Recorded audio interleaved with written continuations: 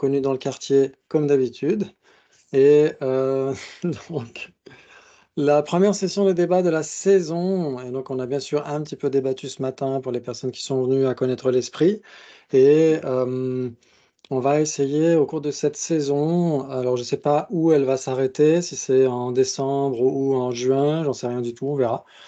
Peut-être en décembre, ce serait l'idéal parce qu'on reprend les débats, un module de débat avec Vener Guichelocel qui va enseigner à Nalanda au mois de janvier pour explorer le bouddhisme, hein, pour explorer la dialectique, la philo, la logique, tout ça. Donc l'idéal, c'est que pendant ces 3 mois-là, on puisse voir un petit peu de l'oric, bien sûr, hein, parce que c'est fait aussi pour soutenir les gens qui entrent dans le PEBA avec l'oric, à Nalanda ou ailleurs. Et donc bien sûr qu'ils pourront suivre en replay ou même se joindre à nous s'ils le souhaitent.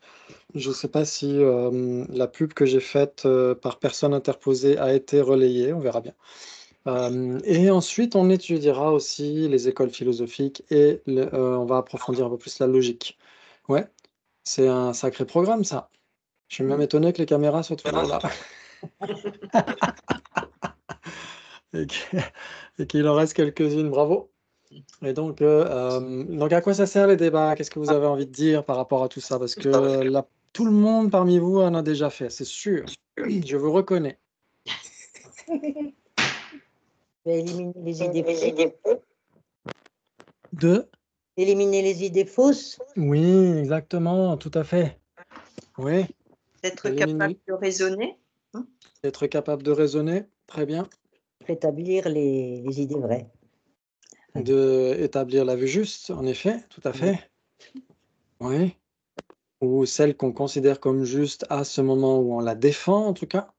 Ouais, c'est pas nécessairement la fin de l'histoire, mais on sait que ce sont des vues qui sont utiles et qu'on a besoin de comprendre.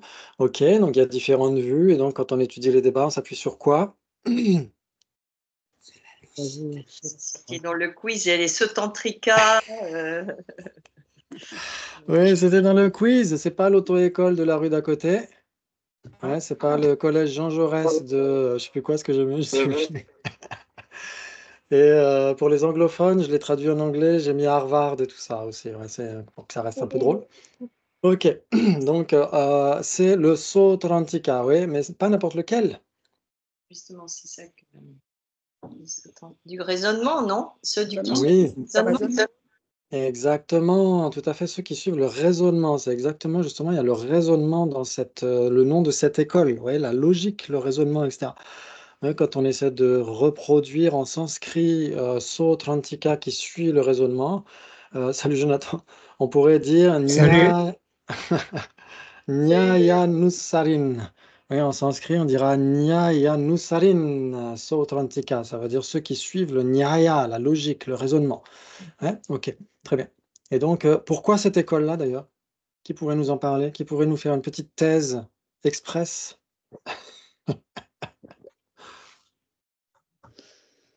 D'où elle vient cette école? À quoi elle sert? Tout ça. Aujourd'hui, c'est que des révisions, hein. Alors là, vous avez bien fait de venir. Alors, combien d'écoles on a en philosophie bouddhiste? 4.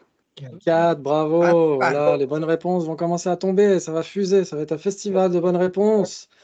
4, vous êtes sûr? Oui. Vous êtes sûr et certain? Principal. Ok. Ah, 4 principales. Oh, c'est autre chose. Ça veut dire qu'il y a des subdivisions. Oui. Il y a des sous-écoles. Exactement, bravo. Très bien. Donc, la première école qu'en général on étudie, c'est le Vaibhashika, l'école du grand exposé ou la grande exposition, ce que vous voulez. Moi, je préfère le mot sanskrit, comme ça on est sûr de ne pas se tromper. Vaibhashika, ok, donc chez les Tibétains, attention, on n'étudie pas n'importe lesquels Vaibhashika.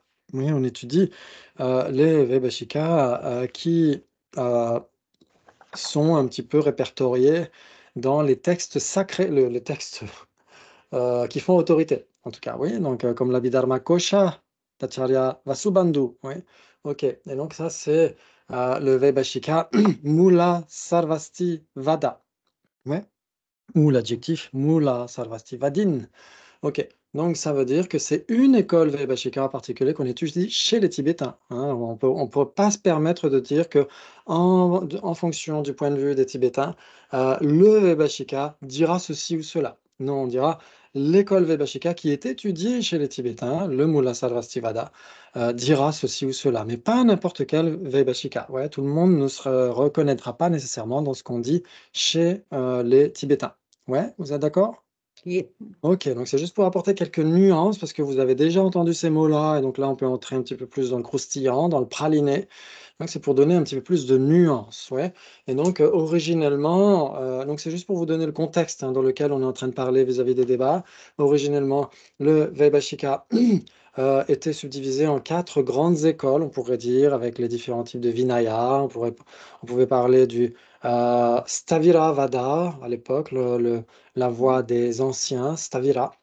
Euh, il y avait aussi le Sammitya, ouais, par exemple, le Vinaya de Lama Atisha était Sammitya, ouais, donc il n'a ordonné personne au Tibet parce qu'il y avait déjà des gens qui suivaient un autre Vinaya, ouais, pour ne pas confondre les gens.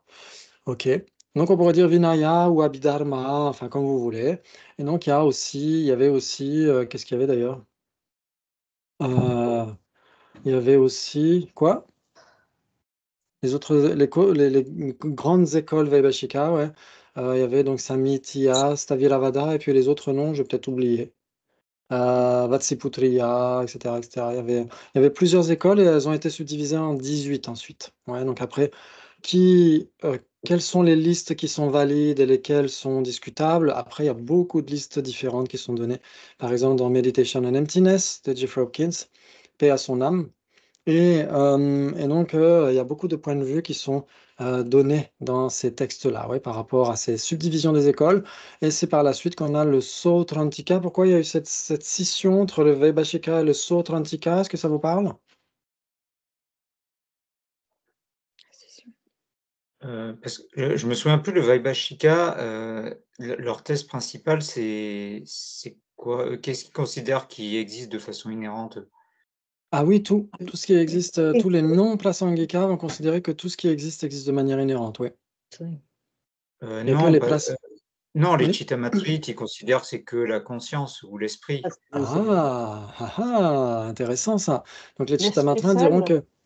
que oui, l'esprit seul diront que il y a des phénomènes qui existent de manière véritable et des phénomènes qui n'existent pas de manière véritable. Mais pour les Chittamatrins, tout ce qui existe de manière inhérente. Ouais. D'accord. Ça veut dire que l'existence véritable est bien inférieure en termes de niveau, hein, d'aspect grossier, à l'existence inhérente. Ouais. Ok, D'accord. si elles existaient, bien sûr. Très bien, ok. Donc les Sautrantika. Il y a eu des conciles après le départ du Bouddha. Il y a des gens qui ont discuté, qui se sont dit, ok, quel est l'enseignement du Bouddha? Il y en a qui ont dit le Mahavibhasha Shastra, un commentaire sur l'Abhidharma et la parole du Bouddha, c'est lui qui l'a prononcé. Et d'autres vont dire non, seuls les sutras sont la parole du Bouddha. Le Bouddha n'a prononcé que les sutras. Et donc c'est pourquoi ceux qui disent que le Vibhasha Shastra était la parole du Bouddha, on les a appelés Vaibhashika. Et ceux qui ont dit les sutras uniquement sont la parole du Bouddha, on les a appelés les Sautrantika. Ouais, ça vous parle? Mhm. Ouais. Ok, bravo, très bien. Donc ça, c'est un premier point qui est très important. Ouais, ok. Si vous avez des questions, n'hésitez surtout pas. Donc le Sautrantika, si par exemple on retrouve dans les textes classiques, vous avez l'Abhidharma Kosha d'Acharya Vasubandhu Vaibhashika, le texte racine, et son auto-commentaire, le Bhashyam, l'Abhidharma Kosha Bhashyam, est fait selon le point de vue Sautrantika. Ouais. Et donc il contredit ce qu'il disait, dans certains cas, il contredit ce qu'il disait dans le texte racine avec son auto-commentaire. Ouais, et donc il prend le point de vue plus évolué du Sautrantika. Mais le problème, c'est que il y a aussi un Sautrantika qui existe dans les textes d'Acharya Dharmakirti, par exemple, Acharya Dignaga, etc. Mais ce sont des points de vue qui divergent par rapport au Sautrantika d'Acharya Vasubandhu. Et donc c'est pourquoi l'herméneutique ultérieure, la postérité philosophique indo-tibétaine a dit, eh ben, il y a un Sautrantika spécifique qui suit les Écritures, qui est très proche du Vaibhashika, même s'il y a des points de vue divergents. Et il y a un Sautrantika qui suit le raisonnement, parce qu'on suit les traités dialectiques d'Acharya Dharmakirti, ouais, les traités de logique. Donc c'est pourquoi on a le Sautrantika qui suit le raisonnement. Ouais, parce que ces points de vue-là se retrouvent dans ce texte en particulier, sur le pramana, sur la cognition valide, mais qu'on ne retrouve nulle part ailleurs. Ouais. Et donc, c'est pourquoi qu'on ne retrouve pas dans l'auto-commentaire d'Acharya Vasubandhu. C'est pourquoi l'herméneutique indo-tibétaine dit il y a deux sous-écoles, Sautrantika. Et pour apprendre les débats, on s'appuie sur le Sautrantika qui suit la raison. Ouais, ça joue? Ok, pour les débats, pour apprendre l'orik aussi, pour apprendre la logique, tarik, on apprend tout ça du point de vue de l'école Sautrantika principalement. Ouais, bien sûr qu'après, il y a des passerelles avec d'autres écoles, etc. Ouais, ça vous parle? Oui. Ok, très bien. Et ensuite, il y a les écoles Mahayanistes, Chittamatra et Madhyamaka, ok, qui ont des subdivisions aussi. Très bien. Et donc, le Sautrantika est très important ici parce que c'est vraiment la base de la philosophie, parce qu'il y aura beaucoup de choses qui vont être gardées par la suite, même chez les Chittamatra, même chez les Madhyamika, même chez les Prasangika, Madhyamika. Et il y aura d'autres choses qui vont être améliorées, qui vont être corrigées, précisées. Ouais, ça joue? Mhm. Ok, bah c'est super. Très bien. Et donc, alors bon, j'ai des diapos sur Acharya Dharmakirti, etc. Mais bon, c'est pas des photos. Et donc, quelle que soit la diapo qu'on aura d'Acharya Dharmakirti, ça va pas rendre nécessairement quelque chose de ressemblant, de toute façon. Ok. Et donc, Acharya Dharmakirti a composé plusieurs textes que vous connaissez, bien sûr. Non? Euh, Sinon, on peut parler aussi du Gainmaicha que j'ai dans ma tasse aussi. On peut parler d'autre chose. Ok, donc les textes euh, composés par Acharya Dharmakirti, oui. pour les débats, je ne sais plus le nom du texte. C'est pas le Voilà. compendium, Oui, il y a un compendium de débats ou quelque chose comme ça, non? Compendium sur le commentaire sur la connaissance valide. La oui, connaissance valide, oui. voilà, en effet. Donc on a 7 traités sur la cognition valide d'Acharya Dharmakirti, oui. Quand, si vous lisez Freedom through Correct Knowing, qui est une traduction partielle du texte de Kedubje, il commente justement son traité, le titre de son texte dit c'est pour commenter les 7 traités sur la cognition valide. Donc il y a 7 textes de Acharya Dharmakirti. Le principal, bien sûr, c'est le Pramanavartika, c'est le commentaire du compendium de cognition valide, c'est le commentaire du Pramana Samuchaya ouais, d'Acharya Regarde. Dignaga. Ok, très bien. Bravo, bravo, bravo. Ok. Et donc ça c'est très important. Pourquoi? Parce qu'on parle de pramana. Ouais, par exemple, dans le second chapitre du Pramanavartika, Acharya Dharmakirti, ce second chapitre en entier est un commentaire de 2 versets composé par Acharya Dignaga, ouais, qui dit Tsemmargyo ba dola pensheba, tumba deshekyo la chatselo. Ouais, qui dit je rends hommage à celui qui est devenu une autorité valide pour accomplir le bien des êtres, ouais, qui est devenu l'enseignant, le protecteur, l'insiale, le Sugata. Ouais, ok. Et donc, cette simple strophe composée par Acharya Dignaga a été commentée par Acharya Dharmakirti, ouais, pour montrer ce qu'est une autorité valide, pramana. Ouais, pramana, ça veut dire autorité valide, cognition valide. On peut dire qu'une personne est une autorité valide. Par exemple, Acharya Dharmakirti dit que le Bouddha est un pramana. Ouais. Et donc, de ce point de vue-là, on ne peut pas dire que pramana ou tsema en tibétain nécessairement renvoie à une cognition. Parce qu'un Bouddha n'est pas une cognition. Un Bouddha est une personne, ouais. Ouais, ça joue? Mhm. Ok, très bien. Donc ça veut dire qu'en fonction du contexte, quand on dit pramana ou autorité valide, ça peut renvoyer à une personne, ça peut renvoyer au même, pourquoi pas aux écritures qui font autorité, et ça peut renvoyer à la cognition valide, ouais, telle qu'on l'appelle. Ok? Très bien. Et donc, quand on débat par rapport à la cognition valide, c'est pour raffiner nos points de vue par rapport à ce qu'est la conscience, quels sont les différents niveaux de conscience, quels sont les différents, ah, les différentes approches de la conscience par rapport à la réalité. Ouais, donc c'est très important parce que quand on étudie les écoles philosophiques, on a toujours, par exemple, ceux qui suivent explorer le bouddhisme. Là, on a entamé le deuxième module avec Geshe Nandak, c'était quand hier, sur les écoles philosophiques, justement. Ouais, et donc, on parle de ces différents points de vue et euh, le débat par rapport à la conscience est très, très important. Ouais, ok.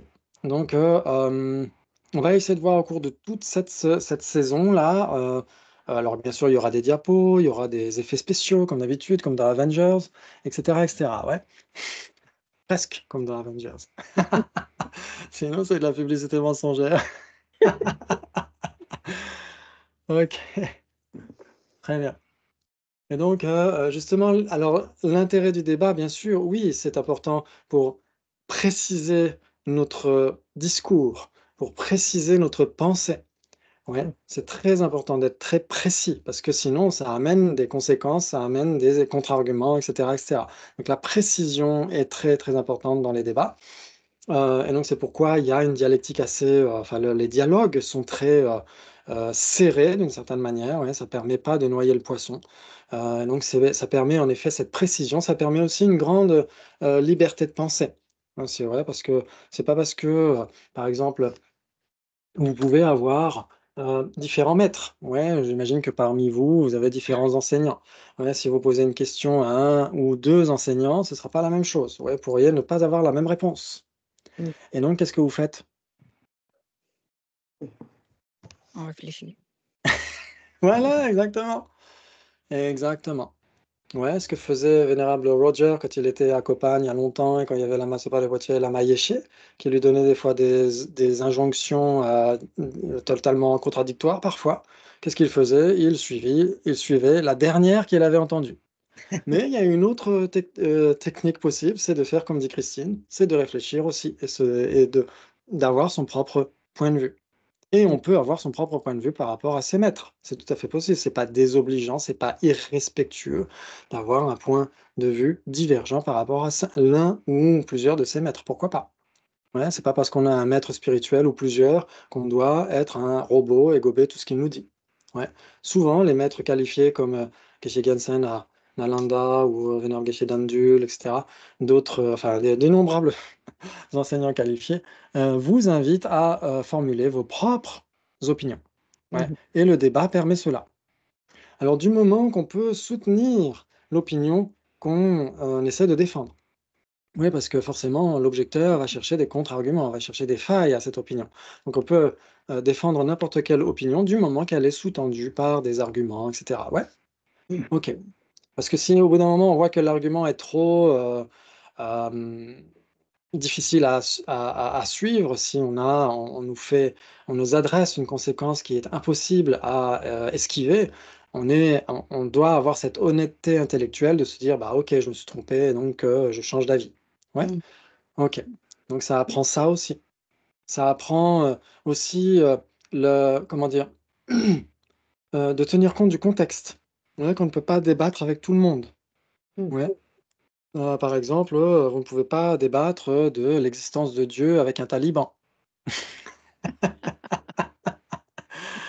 Oui, parce qu'il ne va pas chercher à savoir. Ouais, lui, il est sûr de son fait et ça suffit. Il n'y a pas besoin qu'on aille aller le titiller, etc., s'il n'a pas montré d'ouverture vers le dialogue. Ouais, ok, très bien. Surtout Et si donc, c'est une femme. Faut surtout pas exactement. les contrarier. Oui, tout à fait. Exactement. Donc ça, c'est intéressant parce que ça nous amène à se dire qu'en effet, il y a la possibilité de débattre, mais dans un contexte précis, quand la personne le souhaite, quand la personne est intéressée par cela, quand la personne a la disponibilité de le faire, etc., on peut débattre avec elle. Quand elle montre un intérêt, etc. On ne va pas nécessairement chercher à débattre avec tout le monde et relever tous les points saillants d'un discours qui nous semble un peu difficile à tenir. Ouais. Ok, bah c'est super ça comme préambule. Comme dans Camelot, il y a le roi Arthur qui dit bah, j'espère que l'histoire est intéressante hein, parce que le préambule est comaque. Ok, très bien, très bien. Ok, donc le débat. Et donc il y a toujours quelqu'un qui adresse des conséquences. C'est qui? Est-ce que c'est le défenseur ou est-ce que c'est l'objecteur? L'objecteur. Oui, l'objecteur. Et il y a quelqu'un qui répond à ces conséquences. Oui, c'est le défenseur. Ok, très bien. Et donc le défenseur a une stature inférieure dans sa posture. Il est assis par terre la plupart du temps, etc. Et comme dit Vénère Geshe-Jakpa à Paris, il dit le défenseur, c'est un petit peu, il a la tête un petit peu vers le bas, comme une poule, qui regarde un petit peu vers le bas avec une forme d'humilité, etc. Donc ça, c'est juste la gestuelle, c'est le folklore, hein. Et bien sûr, il y a le fait de frapper dans les mains, etc. Donc ça, c'est très important parce que qu'est-ce que ça symbolise, le fait de claquer dans les mains? Ouais. C'est pas éveiller l'esprit, l'amener vers le haut. Il y a un symbolique comme ça, je crois. Oui, oui, oui, tout à fait. Oui, exactement, parce que, alors bien sûr, il y a d'abord le premier mouvement qui est de plaquer, bien sûr, les mains, ouais, la main droite et la main gauche, donc la méthode et la sagesse, la rencontre entre la méthode et la sagesse. Et ensuite, en effet, on abaisse avec la main gauche, on abaisse pour fermer les portes des renaissances inférieures, et on élève avec la main droite vers les renaissances supérieures, la libération et l'éveil. Ouais, donc c'est pour ça qu'on débat, par compassion. Ouais. C'est pas pour briller en société, pour dans les repas de mariage, sortir des définitions, etc., etc. C'est pour éliminer, en effet, l'ignorance, les vues fausses qui nous font du mal depuis des temps sans commencement, et pour essayer de euh, dépasser ses propres vues fausses et celles d'autrui. Ouais, ok, Mhm. très bien. Donc ça, vous connaissez tout ça par cœur. C'est juste au cas où il y aurait des personnes qui se grefferaient sur le groupe en replay et qui aimeraient avoir un petit peu le contexte de tout ça. Ok, mais vous connaissez déjà tout ça par cœur. Et donc, ok, en général, là, l'objecteur va essayer d'employer parfois du bluff, de l'ironie, parfois même des insultes, etc., hein. Dans les monastères, parfois, ça peut être très, très animé, etc. Dans les monastères plutôt tibétains, hein, parce que dans les monastères occidentaux, vous trouverez beaucoup plus rarement des gens qui vont débattre ou qui aiment ça. Mais vous en trouverez quand même de temps en temps. Ouais. Et chez les Tibétains, c'est obligatoire. Vous avez une amende si vous ne venez pas débattre. Ouais. Ok, donc c'est ça qui est intéressant. Ok, donc c'est juste pour vous donner des petits trucs en plus. Et donc on va essayer de débattre d'abord sur l'Auric. Donc l'Auric, ça veut dire quoi? C'est intéressant parce que dans Recognizing Reality, qui est une Bible, et qui est vraiment, enfin, c'est juste, c'est un Agatha Christie psycho-épistémologique. C'est juste magnifique. Recognizing Reality, très facile à lire, de Geshe Dreyfus. Et donc, il donne des points très intéressants par rapport à tout ça. Ouais. Il dit que, en effet, quand on dit lo-rik en tibétain, rik, il y a plusieurs façons de l'interpréter. Ouais, il dit qu'à l'époque, il y a longtemps, il y avait un post-suffixe. Mais parce que on pourrait l'écrire comme étant ra, giguri, ga, sa, rik. Ouais, avec un post-suffixe sa. Et dans ce cas-là, ça renvoie aux catégories ou au raisonnement, etc. Mais dans ce cas-là, ce seraient les catégories. Ouais.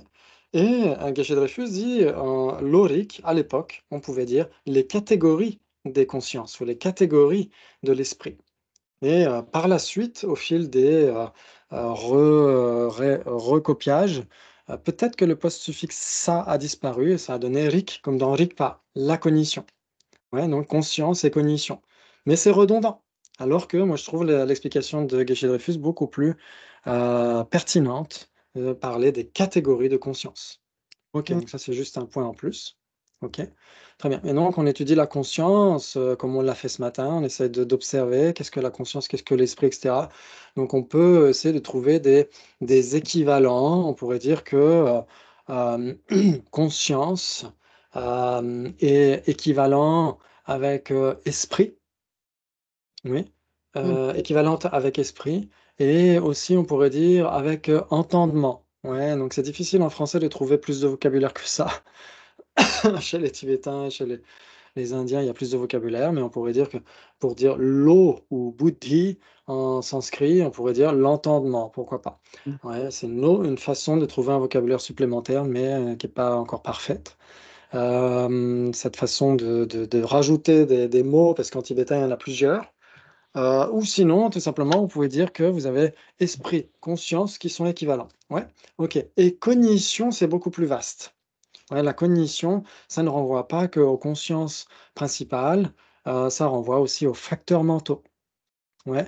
Et donc, par exemple, si vous percevez une forme visuelle, hein, vous la percevez visuellement, vous avez différents facteurs mentaux qui sont en même temps avec cette conscience principale, vous êtes d'accord? Vous avez la sensation, l'identification, et cetera. Et donc la sensation est aussi une cognition visuelle dans ce cas-là. D'accord. Ouais. OK, donc cognition, c'est beaucoup plus vaste. Ouais. Et donc, c'est pourquoi quand on étudie, la philosophie, vous savez que vous avez les existants et les non existants. Vous savez que les existants se divisent en 2, permanents et impermanents. Et vous savez que les impermanents se divisent en 3, forme, conscience et composés non associés. On pourrait dire forme, cognition et composés non associés. D'accord. Ouais. OK, parce que c'est plus vaste, ce n'est pas que les consciences principales, ça renvoie à n'importe quel événement cognitif, même les facteurs mentaux. Mhm.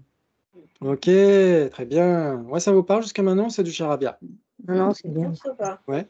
N'hésitez surtout pas Oui, sinon, c'est hein. bon. OK. Très bien, très bien, très bien. Et ensuite, quand on dit, cognition, donc en effet, c'est beaucoup plus vaste. Ouais, c'est, qu'est-ce que c'est d'ailleurs, en sanskrit, c'est quoi cognition? C'est ah oui, samviti. Oui, samvedana ou samviti. Ouais, il y a plusieurs mots en sanskrit et en tibétain, ce sera rigpa. Ouais, OK. Donc là, c'est dans le contexte de l'épistémologie parce qu'après dans le Dzogchen, il y a bien sûr rigpa, mais c'est autre chose. Ouais, OK. Très bien. OK.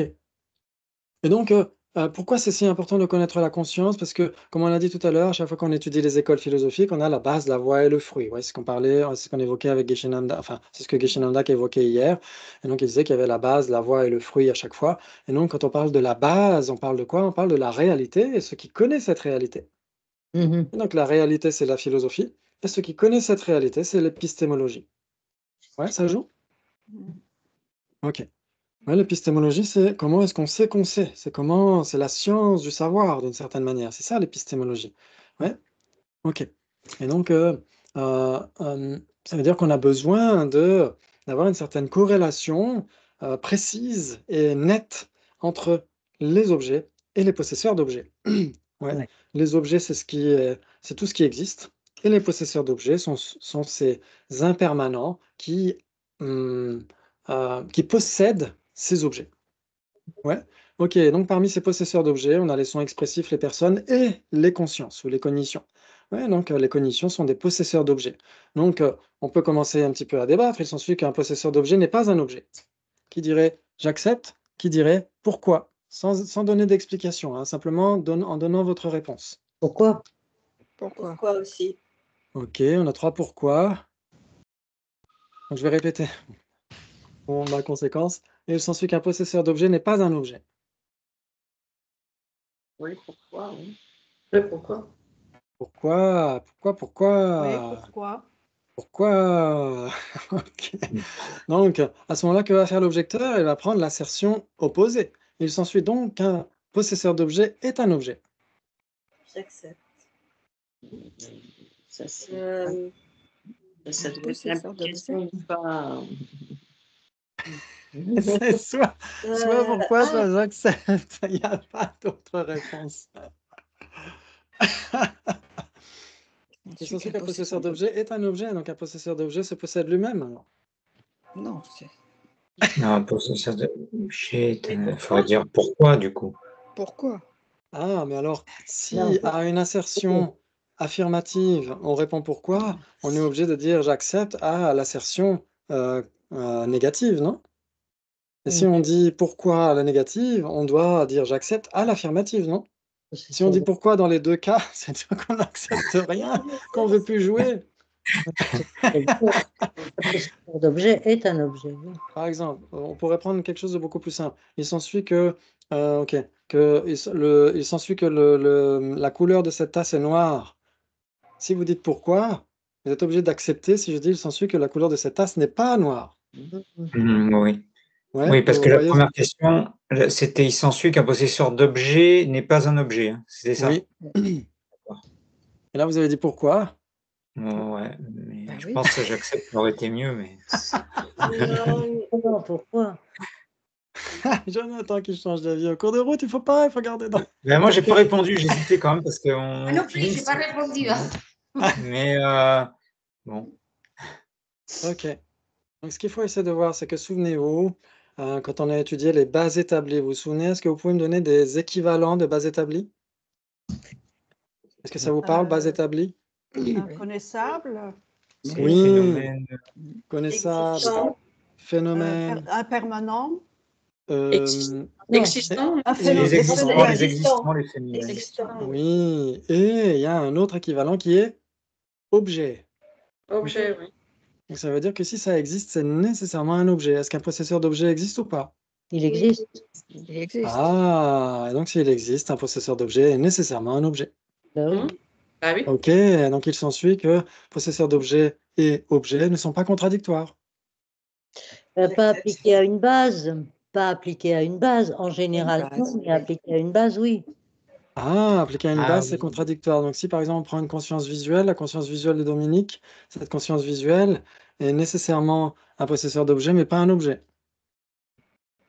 Non, non. Cette conscience visuelle, si tu appliques, par exemple, si la conscience visuelle d'une table, si l'objet est la table, le possesseur d'objet est la conscience visuelle. Si tu l'appliques Oui. à quelque chose, c'est contradictoire.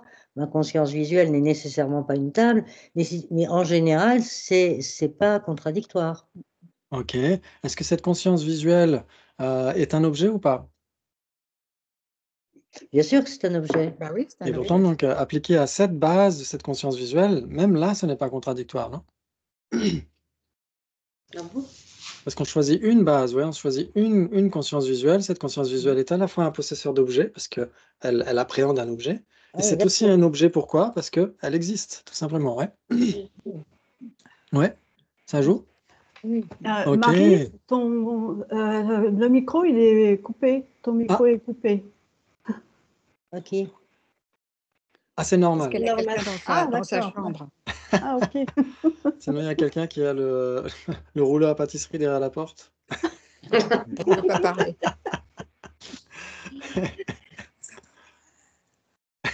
Cela dit, il y a une fonction chat, Marie, que tu peux peut-être utiliser si jamais tu Oui, veux participer.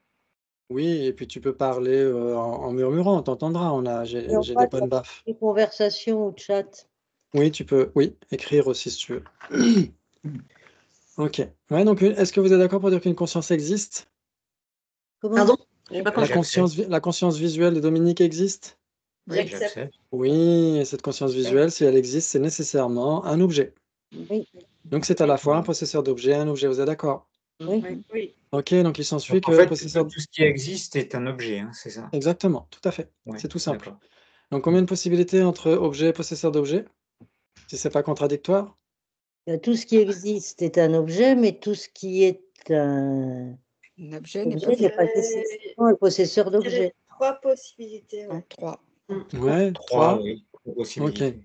très bien. Donc 3 possibilités, qu'est-ce que ça veut dire pour ceux, si vous deviez expliquer à des petits nouveaux qui vont arriver sur YouTube dans quelques jours ou dans quelques semaines ou jamais? Qu'est-ce que vous leur diriez à ces étudiants non existants?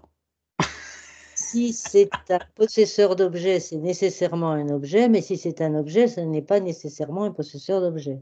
Oui, est-ce que tout le monde est d'accord? Oui. Oui. Ouais, bravo, parce que comme on l'a dit, possesseur d'objet, c'est quoi? C'est la définition, c'est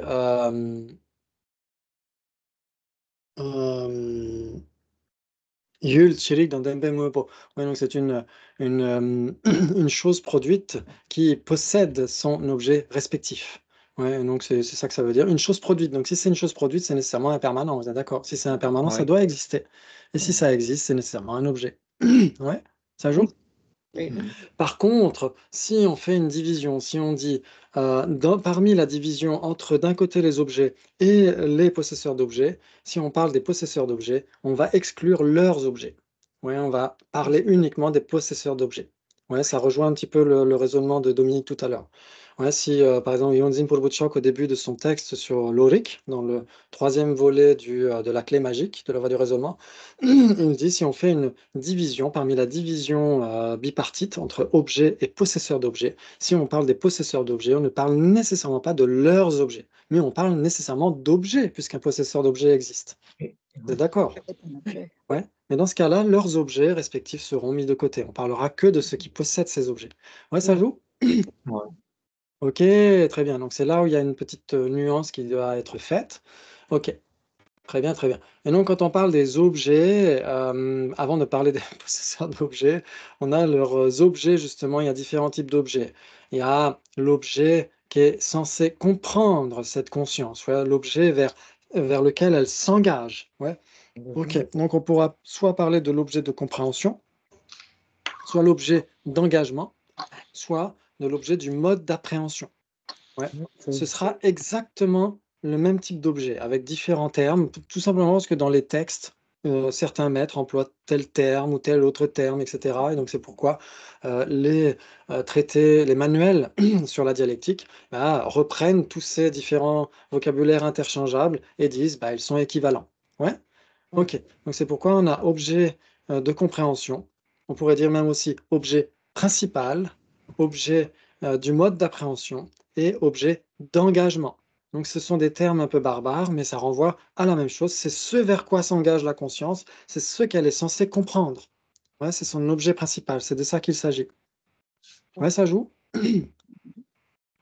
Ou pas? Oui. Oui, Ouais, oui. ok, très bien. Très bien, très bien. Par contre, il y a un... Oui, Oui, parce que c'est donc la conscience, c'est pas l'objet. Mais enfin, là, je suis larguée, là, parce que c'est plus, oui, c'est plus une conscience. C'est l'objet. exactement. Alors. Voilà, ça veut dire que... L'objet de la conscience. Alors, on peut tout à fait dire qu'une conscience est l'objet d'une autre conscience, non? Voilà, oui, c'est ça, oui. Ça, on peut le dire, ouais. Ok. Ok, Donc, ok. en effet, on a le possesseur d'objet lui-même. Dans ce cas-là, on va exclure les sons expressifs et les personnes. On parle que des cognitions, que des consciences. Et ces consciences peuvent avoir différents types d'objets. Ouais. Et donc, c'est ce qui va déterminer si ces consciences sont erronées, non erronées, conceptuelles, non conceptuelles, etc. Ça dépend aussi des objets qu'elles certifient ou qu'elles appréhendent. Ouais. Ok. Mais ça, Donc, on va à comment ça s'appelle, qu'on avait ce ouais, matin? l'autocognition. L'autocognition, non? Et oui, alors l'autocognition est nécessairement un possesseur d'objet qui n'a Voilà. que pour objet, uniquement pour objet, que de la conscience. Oui, c'est ça, ok. Oui, tout à fait. Exactement, bravo, bravo. Donc, c'est-à-dire que là, par exemple, quand on a une conscience visuelle qui est associée à cette autocognition, l'autocognition est un possesseur d'objet, la conscience visuelle est un possesseur d'objet, et dans le cas précis de l'autocognition, la conscience visuelle est l'objet de l'autocognition aussi. Oui, c'est ça. Ok, ouais, ok. Ouais, Hmm. très bien, bravo, bravo. Bravo, bravo, c'est très important. Ouais. Donc on a, alors je vous posterai peut-être un diaporama qu'on a déjà utilisé par le passé. C'était pour le PEBA du Sankara Chakra. On avait fait des diapos sur les objets. Donc je le mettrai sous la vidéo et on pourra le revoir la fois prochaine. Comme ça, on est sûr que on met bien l'accent là-dessus. Et pour démarrer ensuite sur les possesseurs d'objets et s'occuper presque exclusivement des possesseurs d'objets par la suite. Ouais. Donc c'est une très bonne façon d'introduire les choses, c'est de parler d'abord des objets. Et donc, l'objet d'engagement, l'objet principal, l'objet du mode d'appréhension et l'objet de compréhension sont équivalents. Ouais, c'est ce vers quoi s'engage la conscience, c'est ce qu'elle est censée comprendre. Ouais, ouais, ça joue? Ok.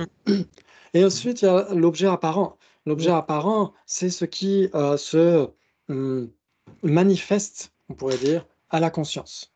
Ouais. C'est pas uniquement ce qu'elle comprend, mais c'est ce qui se manifeste à elle. Ouais. C'est un petit peu plus précis d'une certaine manière. Ouais, ça vous parle? Oui. Ok, très bien. Et donc c'est pourquoi d'ailleurs le premier Dalai Lama, ouais, Gyalwa Gangyonjuk, donnait la définition de l'objet apparent comme étant Chöde Nansang et Gone Riparjawa. Ouais, elle dit que c'est ce qui est connu au moyen de la simple apparence de ce phénomène. Ouais. Et donc c'est une définition un peu basique d'une certaine manière, mais elle est rare en fait. Hein, c'est ce que dit Geshe Dreyfus dans Recognizing Reality. Il dit que c'est celle donnée par Gyalwa Genpa, mais on peut ne pas la retrouver si souvent, cette définition d'un objet apparent. Donc elle est très précieuse malgré tout, même si elle est basique. Ça veut dire que c'est l'objet qui se manifeste à la conscience. Ouais, ok. C'est pas nécessairement ce qu'elle comprend, mais c'est ce qui se manifeste à elle. Ouais, ça joue? Ok, Et bravo. est-ce qu'il y a un endroit où il y a toutes ces définitions résumées qu'on pourrait trouver ou pas? Parce que là, je les note, mais Oui. ça devient vite Euh, fouillis. alors, peut-être qu'il faudrait que je rajoute ça, parce que je ne l'ai peut-être pas mis dans la liste des définitions qu'on avait eues quand on a fait. Quand on a fait quoi d'ailleurs? Oui, quand le bouquin sur la dialectique sortira sur les débats, il y aura une liste de définitions. Donc, je rajouterai l'objet d'engagement et l'objet apparent. Ouais. Parce que l'objet d'engagement, en fait, ce qui est intéressant, c'est que Kedubje donne une définition, mais il donne la définition de l'objet d'engagement d'une cognition valide. Ouais. Donc, il ne donne pas la définition d'un objet d'engagement, mais l'objet d'engagement d'une cognition valide. Donc, c'est quand même un petit peu plus précis. Ouais. OK. OK. Oui, ce phénomène qui existe tel qu'il a été certifié par une cognition valide. Oui, ok. Et donc, c'est ce qui va être donné par Kedubje dans éliminer l'obscurcissement de l'esprit, etc. L'obscurité de l'esprit. Ok, Il va y très bien. avoir un ouvrage, du coup. Oui, normalement, enfin, si ça tient toujours, je sais pas, j'ai pas eu de nouvelles, mais peut-être l'année prochaine, on verra. Ouais. Et donc, normalement, c'est sur les débats qu'on avait fait au Sankala Chakra. Moi, j'aurais préféré qu'on prenne les débats qu'on a fait en Nalanda parce que c'était sur un mois entier et c'était sur tous les chapitres du texte de Yonzin Pulbuchok, alors qu'au Sankala Chakra, c'était pas tous les chapitres. Donc, c'est ça qui est dommage, mais bon, c'était un choix éditorial. Mais bon, après, on verra si on pourra discuter un petit peu plus par rapport à ça. Et puis, donc, c'est bien sûr avant tout grâce aux étudiants qui sont venus et à Christine qui a fait les transcriptions. Ouais, c'est un boulot immense. Et ensuite, Marie m'en a parlé et c'est comme ça que j'ai su qu'il y avait quelqu'un qui faisait ça. C'est comme ça qu'on a commencé à faire le truc.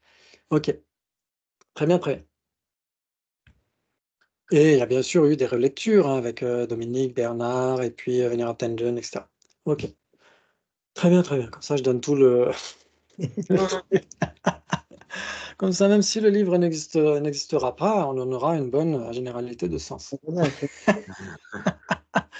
Ok. Et donc, ensuite, quand on entre dans l'objet du mode d'appréhension, donc c'est un terme très barbare, ouais, l'objet du mode d'appréhension, l'objet de compréhension, l'objet d'engagement, l'objet principal, l'objet du mode d'appréhension, qu'est-ce que ça veut dire? Ça veut dire que tout simplement, la conscience se dirige vers cet objet et le saisit d'une certaine manière, l'appréhende d'une certaine manière. Ouais, c'est ça qu'il faut voir. Ok, très bien. Et donc, ce qu'il faut essayer de voir aussi, c'est qu'il y a un point particulier, c'est que il y a une immense différence entre l'objet du mode d'appréhension et l'objet du mode d'appréhension de la conscience conceptuelle qui l'appréhende. L'objet du mode d'appréhension, d'un côté, et l'objet du mode d'appréhension de la conscience conceptuelle qui l'appréhende. Ouais. Et donc, ça veut dire quoi? Ça veut dire que l'objet du mode d'appréhension existe nécessairement, parce que c'est un objet, et un objet égale existant, alors que l'objet du mode d'appréhension de la conscience conceptuelle qu'il appréhende n'existe pas. On pourrait dire c'est un objet imaginaire. Ouais, quand, par exemple, un animal imaginaire, un animal qui n'existerait que dans l'imaginaire, est-ce qu'il existe? Non, exactement. Tout à fait. Quelque chose qui n'existe que dans l'imaginaire n'existe pas. Ouais. Quelque chose qui existe dans l'imaginaire et à l'extérieur, tout va bien. Ouais, on peut imaginer, visualiser un zèbre. Ouais, on peut l'imaginer. Et le zèbre existe dans la réalité. Mais quand on a un concept auquel rien ne renvoie dans la réalité, c'est juste un truc simplement imaginaire. Et donc nous, on dit imaginaire en français, mais les Tibétains vont dire l'objet du mode d'appréhension de la conscience conceptuelle qu'il appréhende. Ça veut juste dire la même chose. Ça veut dire Ouais. que si la conscience conceptuelle appréhende un objet qui existe par ailleurs. Oui. C'est pas un objet imaginaire. Oui. Ce sera un objet du mode d'appréhension, ouais. Mais pas de la Ouais. conscience conceptuelle qui l'appréhende. Alors non, parce que justement là, c'est vraiment spécifique. Ça veut dire quand on dit de la conscience conceptuelle qui l'appréhende, ça veut dire que c'est imaginaire, que la conscience conceptuelle est en train de visualiser un truc, de penser à un truc qui n'existe pas. Ouais. Ok. Ouais. Donc c'est très important à voir parce que c'est le tout début du Lorik de Yonzin Pulbuchok, ouais, dans son texte qui est étudié dans les PEBA, hein, dans la FPMT. Et donc il y a ces premières mentions qui sont faites. Ok, waouh, bah, on a déjà été dans quelque chose de très très profond. Ok. Très bien. Et il y a aussi, on pourrait dire qu'il y a aussi l'objet appréhendé. Ouais, c'est une autre façon de parler de l'objet apparent d'une certaine manière. Certains diront que l'objet appréhendé et l'objet apparent sont équivalents d'une certaine manière, mais tout le monde ne sera pas nécessairement d'accord. Ouais, ok. Donc, et on a en plus pour la conscience conceptuelle, on a l'objet conçu. Ouais, tout à l'heure, on a parlé d'objet d'engagement, objet du mode d'appréhension, objet de compréhension, objet principal. Vous êtes d'accord? Ouais, on a dit qu'ils étaient les 4 équivalents. Et si on parle d'une conscience conceptuelle, en plus, on pourra évoquer l'objet conçu. Ça renvoie exactement à la même chose que l'objet d'engagement d'une conscience conceptuelle, l'objet du mode d'appréhension d'une conscience conceptuelle, l'objet principal d'une conscience conceptuelle ou l'objet de compréhension d'une conscience conceptuelle. Et dire objet conçu, ça renvoie exactement à la même chose. Objet conçu. Ouais, très bien. Donc ça veut dire qu'il s'ensuit qu'une perception directe n'a pas d'objet conçu. J'accepte. J'accepte, ouais. Pardon, tu peux redire s'il te plaît? Il s'ensuit que le sujet, une perception directe, n'a pas d'objet conçu. J'accepte. Oui, j'accepte. Il y en a 2, j'accepte, 3, j'accepte. Ok, oui. 4, j'accepte. Si Vali dit oui, c'est qu'en général, c'est la bonne piste. Ok, Vali, elle se tape toutes les vidéos en MP3 dans sa voiture pendant des semaines et des semaines. Elle connaît tout ça par cœur. La pauvre. Je sais pas comment tu fais. Ok, très bien. Donc, quand on dit objet conçu, c'est uniquement pour une conception. Ouais, c'est tout simple. Ouais, ok, très bien. Très bien, très bien. Très bien. Et on pourrait, d'une certaine manière, dire qu'il y a une distinction fondamentale faite par les Gelugpa, pas nécessairement dans les autres écoles tibétaines, mais par les Gelugpa, il y a une distinction qui est faite entre l'objet apparent, l'objet apparent d'une conscience, et ce qui apparaît à cette conscience. Ouais. Ah Ce oui. qui est un phénomène qui apparaît à une conscience n'est pas nécessairement l'objet apparent de cette conscience. Oui.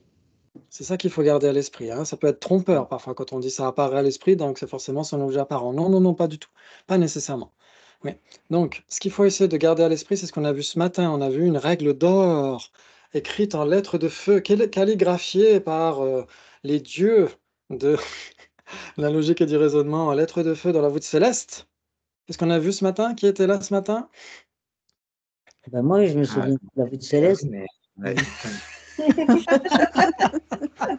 Si, c'est quand on a parlé des permanents et des impermanents. Oui, C'est Gina, ça? bravo. Bravo, Gina. Oui, c'est Gina. Oui, je croyais que c'était Isabelle qui parlait. Bravo, Gina. Exactement. On a dit. Qu'est-ce qu'on a dit alors? Mais qu'est-ce qu'on a dit? Bon, voilà, je ne sais plus. Si c'est impermanent, c'est Oui. l'objet Ah, c'est- apparent d'une perception directe. C'est ça. Bravo, oui. Et Et si c'est permanent, c'est l'objet apparent d'une conscience conceptuelle. voilà, bravo. Ça, c'est très important de le garder par cœur, de le comprendre par cœur, parce que c'est une loi inviolable de quelques écoles bouddhistes, hein. Tout le monde ne sera pas nécessairement d'accord, comme on le verra, mais chez les Sautrantika, c'est une règle d'or inviolable. Ouais, si c'est l'objet apparent d'une conscience conceptuelle, c'est nécessairement quoi? Permanent. Permanent. Ok. Mais est-ce qu'une tasse n'apparaît pas à la conscience conceptuelle quand on pense à tasse? Mais non, puisque c'est l'image de la tasse qui apparaît. Alors l'image de la tasse sera l'objet apparent de cette conscience conceptuelle. D'abord, Mais le est-ce que ça... concept de la tasse. Le concept de Voilà, la tasse. exactement. Hmm. Le concept de la tasse sera l'objet apparent de cette conscience conceptuelle. Mais est-ce que ça exclut nécessairement que la tasse apparaîtrait à la conscience? Est-ce que ça réfute que la tasse puisse apparaître à la conscience conceptuelle?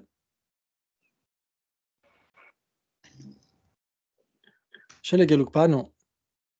Chez les Gelugpa, on dira que quand on pense à une tasse, la tasse apparaît à la conscience conceptuelle, mais n'est pas son objet apparent. L'objet apparent, ce sera la généralité de sens, le concept de la tasse. Oui, parce que la tasse est impermanente, elle ne peut pas être l'objet apparent d'une conscience conceptuelle. Vous êtes d'accord? La tasse est impermanente, donc elle est nécessairement l'objet apparent de Une perception directe. une perception directe. Sauf, Ok. sauf peut-être pour des yogis bien avancés, non? Ah ouais? Je- Donc ça veut dire que les yogis bien avancés sont tellement Ah, ça va puissants qu'ils être- peuvent violer cette loi inviolable. Ah, c'est-à-dire qu'ils peuvent avoir vraiment la tasse à la conscience conceptuelle, quoi. Non? Oui, on pourrait dire que n'importe quelle, par exemple, là, on est en train de penser à une tasse. Je suis sûr que vous êtes en train de penser à votre tasse préférée. Et donc, chacune des tasses auxquelles vous pensez va apparaître à votre conscience, mais mêlée à la généralité de sens. C'est pourquoi elle est voilée ou cachée par la généralité de sens. C'est pourquoi un phénomène auquel on pense est nécessairement un phénomène caché. Hmm.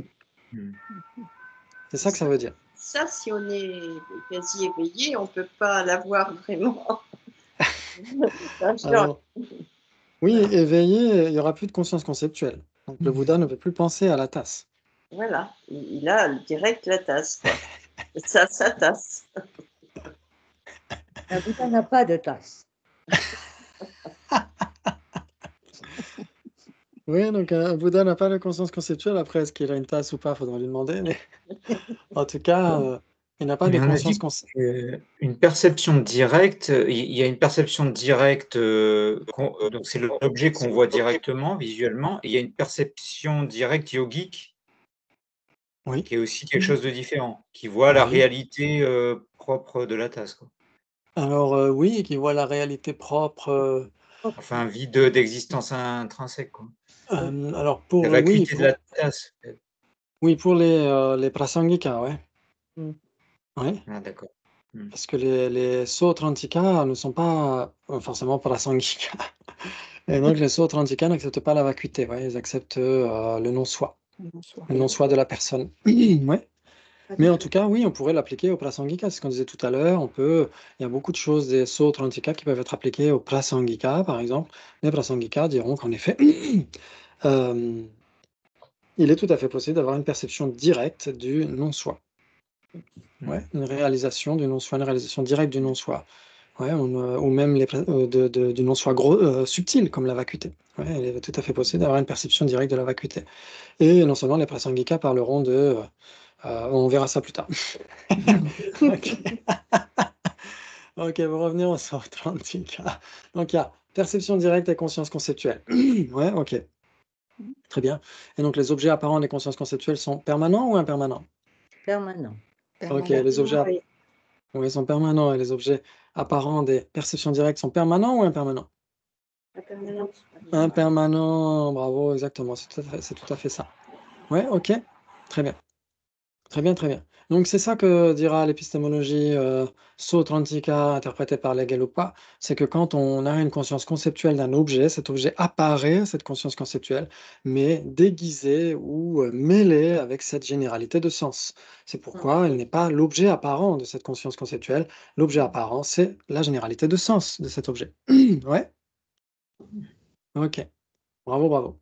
Très bien, ça c'est très très important. Et c'est aussi assez profond malgré tout, hein, parce que la question des objets n'est pas toujours évidente. Ok.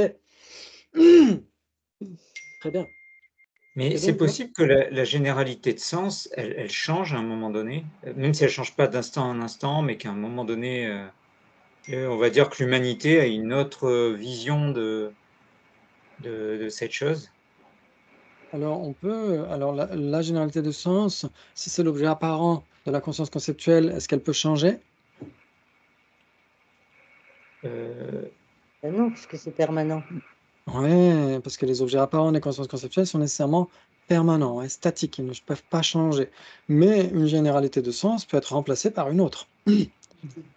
Ouais, par exemple, Une définition, si on change une définition d'un mot, c'est une généralité de sens, une définition. alors non, pas chez les autres, pas chez les bouddhistes. La définition, ce sera l'ensemble de caractéristiques de l'objet lui-même. C'est ça une définition pour les D'accord. bouddhistes. Ouais, la définition, c'est tout l'ensemble des caractéristiques de l'objet lui-même. C'est pas quelque chose de statique ou décrit dans un bouquin, etc. C'est pas ça la définition chez les épistémologues. Non, parce que je disais, la définition, comme elle ne change pas d'instant en instant, du coup, c'est un permanent. Alors ça dépend, parce qu'il y a la définition, par exemple, capable d'opérer une fonction. Est-ce que ça change d'instant en instant? Ou la définition d'impermanent, c'est quoi? C'est instantané. Est-ce que instantané est instantané ou pas? La définition d'instantané, ben non, c'est. Non, la définition d'impermanent, c'est instantané, ouais. Oui. Ça veut dire qu'il change d'instant en instant. Ouais. Ouais. Et donc, ça veut dire que qui change d'instant en instant doit changer d'instant en instant, non? Oui, mais C'est pas pas éternellement. Non, mais ça, c'est la Pas la définition, définition. c'est pas l'objet en lui-même, quoi. Bah Sa oui, instant. définition, elle change. Il est impermanent. Donc, la définition d'un impermanent, c'est qu'il change d'instant en instant. Ça change pas. Ok, ça change pas, ça veut dire que c'est toujours la même définition, c'est ça que tu veux dire. Oui.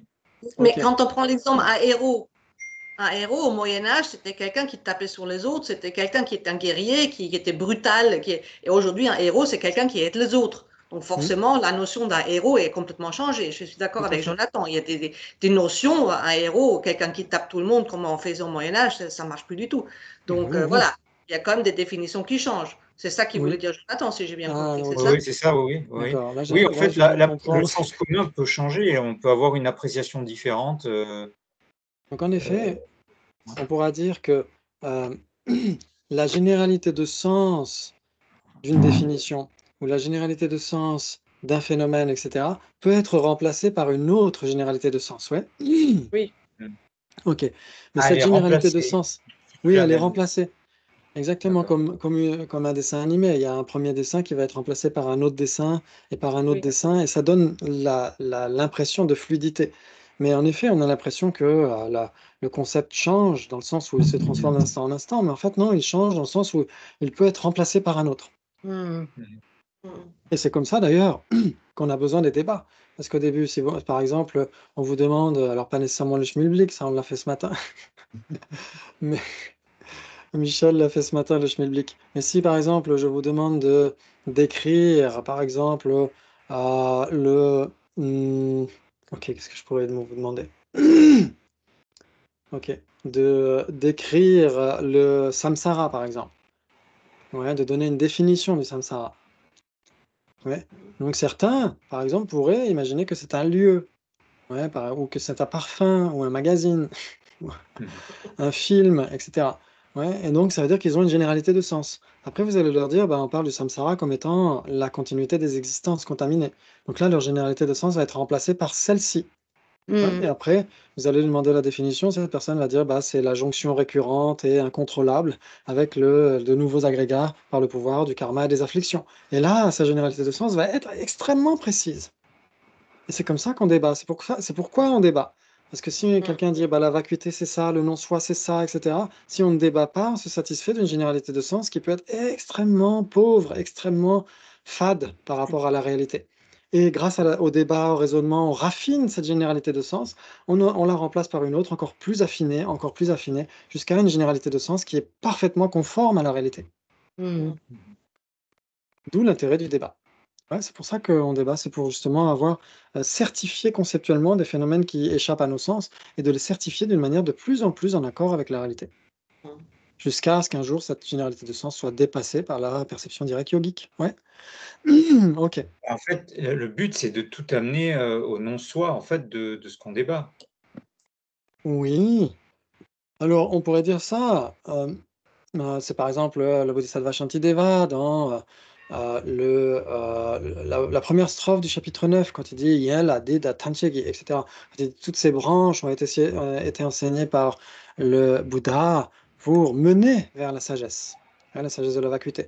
Donc, bien sûr que là, les débats, quand on débat sur la couleur des nuages, etc., ou sur la généralité de sens, ou sur une cognition valide, etc., en effet que ça a déjà beaucoup d'intérêt sur la voie, mais c'est aussi pour nous amener à comprendre le lamrim et les différents points, et en particulier, bien sûr, la vacuité, etc.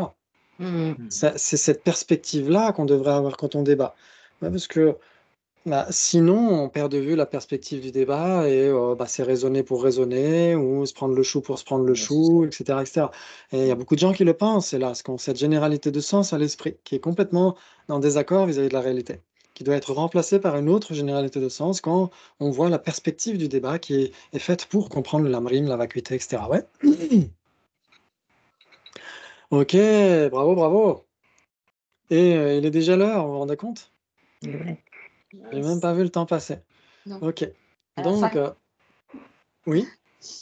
Non, non, rien. On ne le voyait pas passer. J'ai eu un moment de décrochage où j'avais envie de dormir, pardon, mais Ok, c'est pas grave. irrépressible. Et après, ça s'est arrêté. J'ai récupéré. Paf, c'est parti.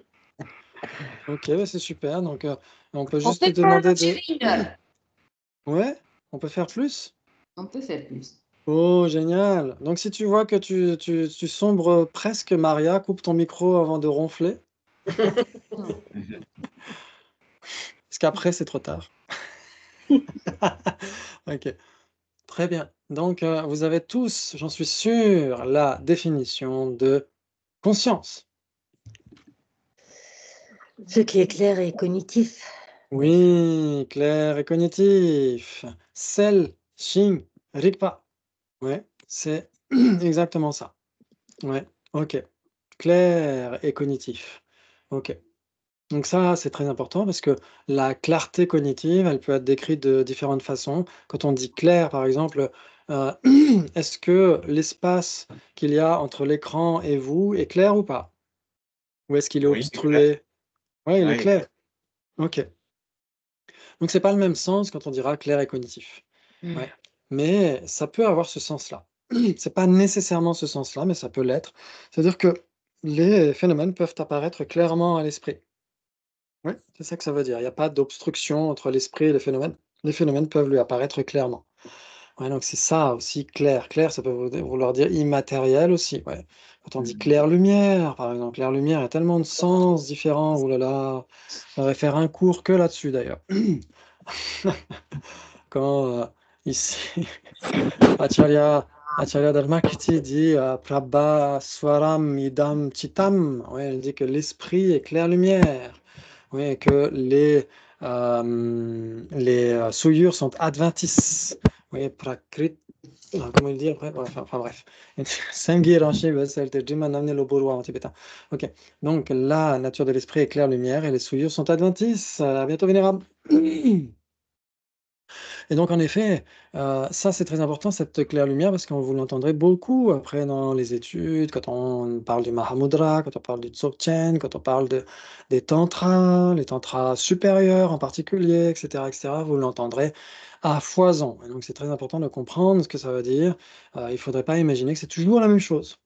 Ouais, quand on dit que l'esprit est clair-lumière, ça ne veut pas nécessairement dire que on parle de l'esprit inné de clarté, félicité, vacuité, etc., etc. Ok. Mais ça peut mener vers cette compréhension-là. Pardon. Ok, très bien. Et donc, la clarté cognitive, ok, donc c'est clair et c'est cognitif, oui. Donc c'est vraiment le seul phénomène de l'univers qui a la capacité de comprendre ces objets. Et donc, par ricochet, vu que la personne est une même substance avec son esprit, si son esprit comprend, la personne comprend. Ouais, donc on pourrait dire que le deuxième phénomène au monde qui est capable de comprendre des objets, c'est une personne. Ouais, mais pourquoi est-ce qu'elle est capable de comprendre? Grâce à sa conscience. Donc on pourrait dire que la personne et sa conscience sont une même substance. Quand sa conscience comprend, la personne comprend. Ouais, Mhm. ça Ouais. joue? Ok, très bien. Et donc, la clarté cognitive, donc c'est pour l'esprit, la conscience, etc. Et donc, comme vous le savez, il y a des niveaux de conscience qui sont complètement à côté de la plaque. On en a beaucoup par jour. Je ne sais pas combien vous en avez, moi j'en ai énormément. Et on a aussi quelques moments de conscience qui sont plutôt en accord avec la réalité. Ouais.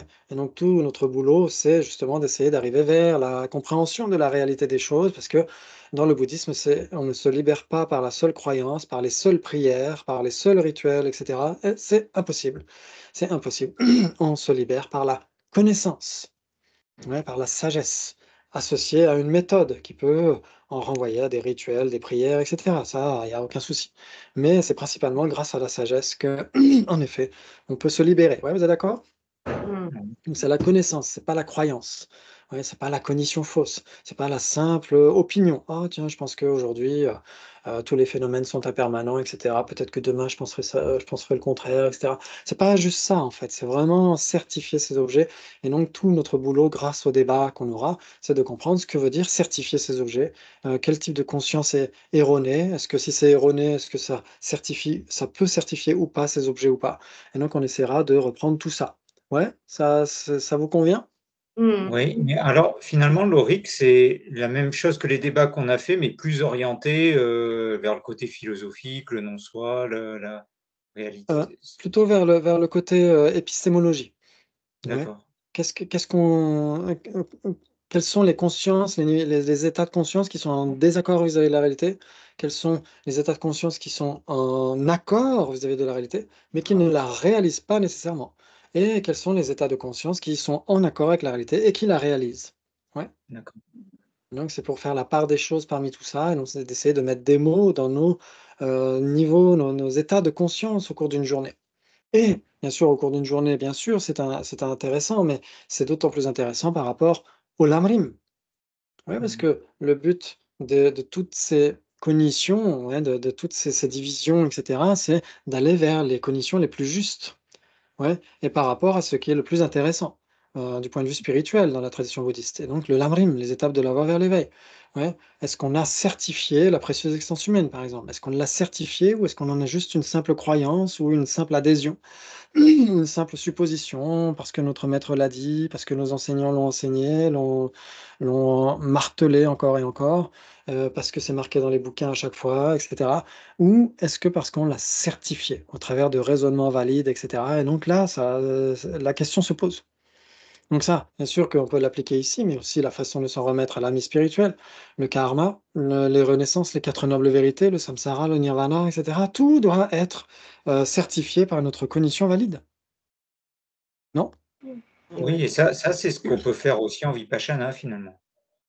Oui, exactement. Alors, en effet, parce que, Vipassana, peut avoir pour objet des phénomènes conventionnels, des vérités conventionnelles ou bien la vérité ultime.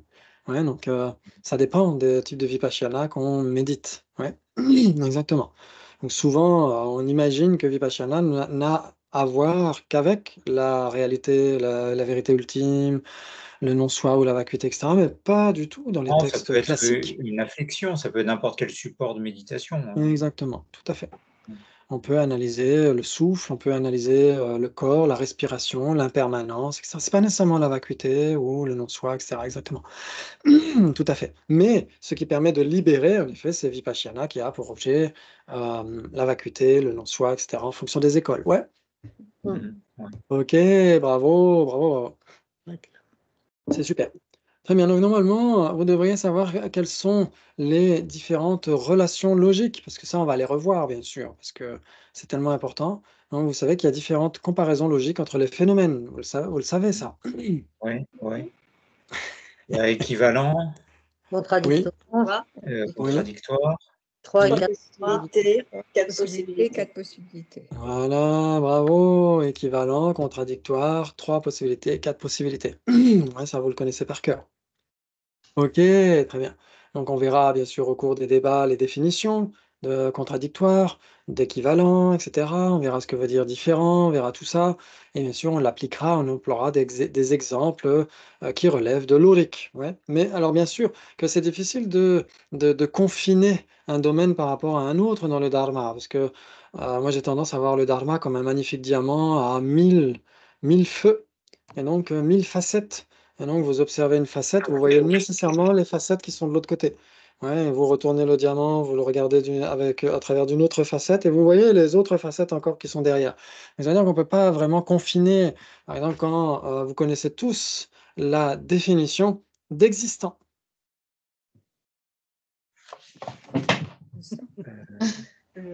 Oui, oui, c'est Ce ce qui est observé par une cognition valide. cognition valide. Oui, de tête, bravo. observé par une cognition valide.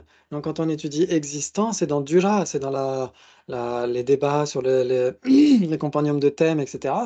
Mais ça parle de l'orique, puisqu'on parle de cognition valide. Ouais. Et donc, si on parle d'une cognition valide, on va dire en effet qu'elle réalise son objet. Donc, on va parler des objets. Donc, il n'y a pas de confinement irrémédiable entre un domaine et un autre. Ouais. Quand on étudie les débats, on étudie tariq, on étudie la logique aussi, nécessairement. Quand on dit la raison n'est pas établie, etc. Nécessairement. Ouais, donc, il n'y a pas de confinement possible. On est obligé de toucher un petit peu à tout. Ouais. OK. Très bien. Mais on emploiera, bien sûr, principalement des exemples de logique, les consciences, les cognitions, etc., etc. Ouais, ça vous parle tout ça? Ok, et vous connaissez aussi les différentes réponses du défenseur. Ouais. Si on a une conséquence en deux parties, il s'ensuit que cette table est rouge. Qu'est-ce que vous allez dire? J'accepte. J'accepte. Pourquoi? Il s'ensuit que cette table est une couleur. Pourquoi? Ah, parce que vous avez accepté qu'elle était rouge. Rouge est une couleur. La raison n'est pas établie. Rouge n'est pas une couleur. Pas d'application. Ouais. J'ai eu peur. Ok, donc Elle est deux couleurs rouges, elle est pas on rouge, efface elle est tout, on recommence. Il s'ensuit que cette table est rouge. J'accepte. Mais en fait, on la voit pas, la table. Moi, je la vois pas. Ah oui, moi non plus. Ok, mais imaginez une table qui a une couleur rouge. Ah oui, dans ce cas, j'accepte. Ok, donc cette table est rouge, donc cette table est une couleur. Pourquoi? Pas d'implication. Pas Ah, d'implication. donc cette table n'est pas rouge. J'accepte. Ok. Pourquoi? Ah, donc cette table est une couleur puisqu'elle est rouge. Voilà. Mais Pas pas d'implication. Ah, pas d'implication, il n'y a pas. Parce que rouge est une couleur. Oui, mais la C'est la table n'est pas couleur sa de la couleur. table. La raison n'est pas établie. Non, pas d'application. Parce que Pas ouais, pas d'application. d'application. Alors si on dit qu'une table est rouge et que rouge est une couleur, table est nécessairement une couleur. Si on dit A égale B, B égale C, A égale C. Oui, c'est comme le cheval blanc d'Henri IV. Oui. Oui, donc on ne Moi, dira pas la- que la table est rouge, on dira que la couleur de la table est rouge. Même en Parce que français, si dit on la devait dire que raison. la table était rouge, c'est-à-dire que tout ce qui relève de son entité substantielle, tout ce qui relève de ses caractéristiques impermanentes, tout doit être rouge. Son impermanence doit être rouge. L'intérieur du bois doit être rouge, etc., etc. Les molécules, la temporalité, la durée de la table doit être rouge. Et ce n'est pas le cas. Donc seule sa couleur est rouge. Vous êtes d'accord? Oui. Ok, donc maintenant si on reprend, s'ensuit que cette table est rouge, vous allez dire quoi? J'accepte ou pourquoi? Ouais, pourquoi du coup? Wow, vous êtes tellement influençable. Ah, je rigole. Non, moi je continue à dire j'accepte. Non, je Parce rigole, vous avez raison. qu'en français, quand on a la couleur de la table, on dit que la table est rouge, on dit pas que la table Si est on de dit- couleur rouge. Ouais, si on dit il s'ensuit que cette table est de couleur rouge, c'est très différent. Là, on accepte. Ouais, j'accepte. Là, on accepte.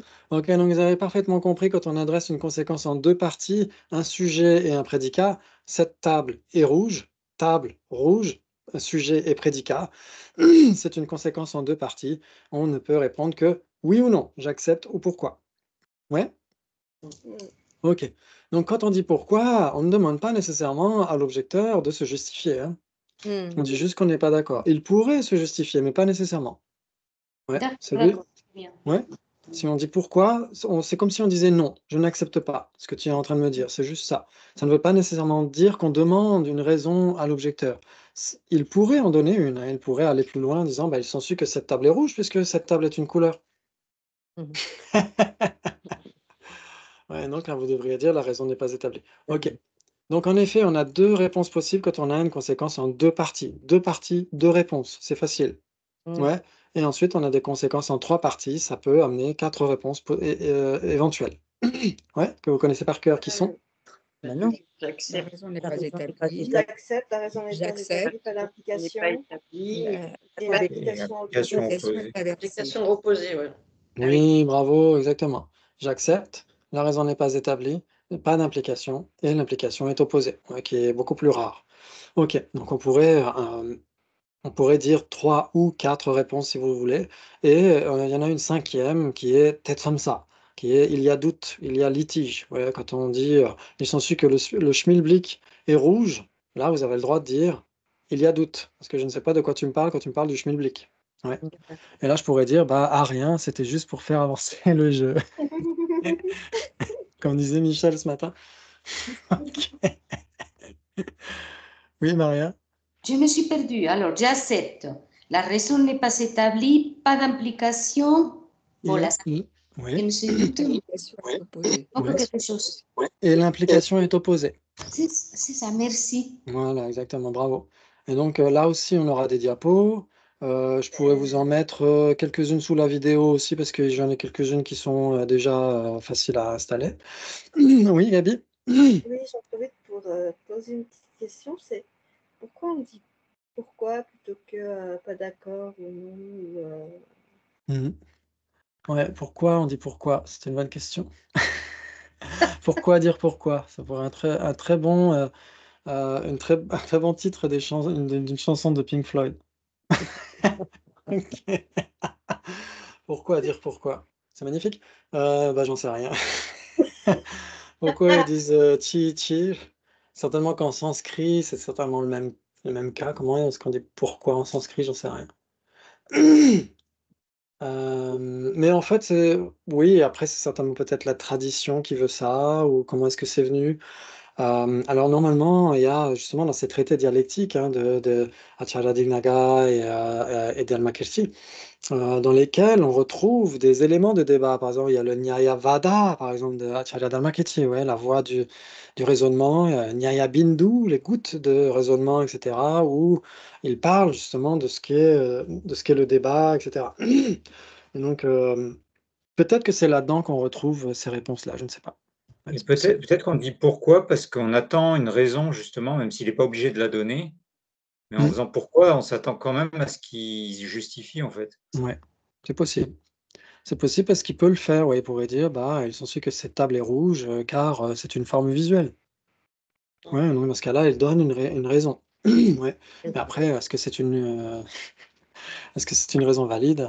C'est à nous de le déterminer, ouais. Ouais, ça joue jusqu'à maintenant? Dire non, c'est un peu cassant, quoi. Dire pourquoi, ça ouvre. Ouais, Hein. e- exactement, C'est c'est vrai. cassant, c'est plus diplomatique. Pourquoi? On pourrait dire n'importe nawak. Ouais, C'est ça. va. Ouais, en effet, exactement. Très bien, ok. Donc là, normalement, vous avez les bases suffisantes, mais bien sûr qu'on y reviendra je crois que c'est dans 15 jours, hein, c'est pas la semaine prochaine, c'est dans 15 jours. Je m'étais trompé dans les dates de la première session. Et dans 15 jours, on reverra justement des diapos. Alors j'essaierai bien sûr de faire des choses nouvelles, hein, parce que sinon, on va tous arriver à 140 ans et on connaîtra par cœur toutes les diapos que j'aurai faites. Après 46 saisons de débat. Donc on va essayer de renouveler un petit peu tout ça.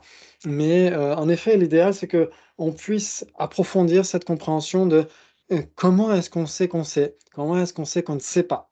Ouais, pas nécessairement ce qu'est la réalité des choses, mais comment est-ce qu'on connaît ou pas cette réalité. Ouais, donc on se préoccupera des possesseurs d'objets en particulier, ouais, des cognitions. Et ben c'est super, bravo. Et donc on a terminé pour ce soir. Et donc dans 15 jours, merci à tous et à toutes. Et je mettrai Merci. quelques infos sous la vidéo, etc., etc. Et donc bravo à tous, je suis très content de vous revoir et de débattre avec vous. C'est mon cours préféré et c'est un immense parti grâce à vous. Merci beaucoup, à tout bientôt. Merci, bonne Merci à soirée. tous. Au Merci. Bonne revoir. soirée, à tout bientôt. Ciao. Bonne soirée.